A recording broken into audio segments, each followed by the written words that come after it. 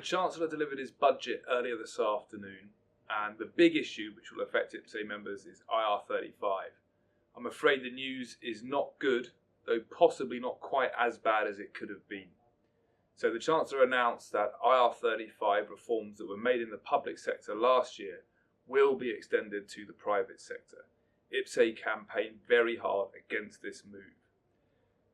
On the plus side, or somewhat plus side, the Chancellor has announced that he will delay implementation of this change until April 2020. Many had feared that he would bring this in from April 2019. We argued that this would not give businesses enough time to make the necessary adjustments, and that we haven't even seen a full tax year unfurl yet from when they made the change in the public sector. We are pleased, therefore, that businesses are going to be given more time to prepare for this, and we're also going to be campaigning very hard for things like the CESS tool to be looked at, given that we've now got this bit of extra time for implementation. However, we can't get around the fact that overall this is bad news for the sector. We think that the rule changes have caused serious problems in the public sector, and we can only imagine they will go on to cause very serious problems in the private sector.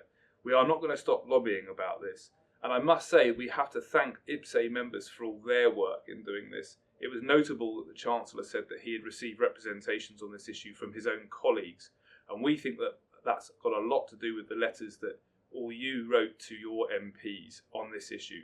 So thank you, and it's no doubt due to your efforts that this has been pushed back to April 2020. A couple of other measures that it's worth talking about. There have been some speculation that the VAT threshold might be lowered. IPSE campaigned hard on this issue too. In fact, we said instead of lowering it, you should raise it. The Chancellor seems to have taken on board some of those representations and has decided to freeze VAT for the next 2 years, so the threshold will not change. There was some speculation that the National Enterprise Allowance might be scrapped. That's not happening. Indeed, it looks as if it's going to receive a bit of a boost in a package of reforms which might even help it.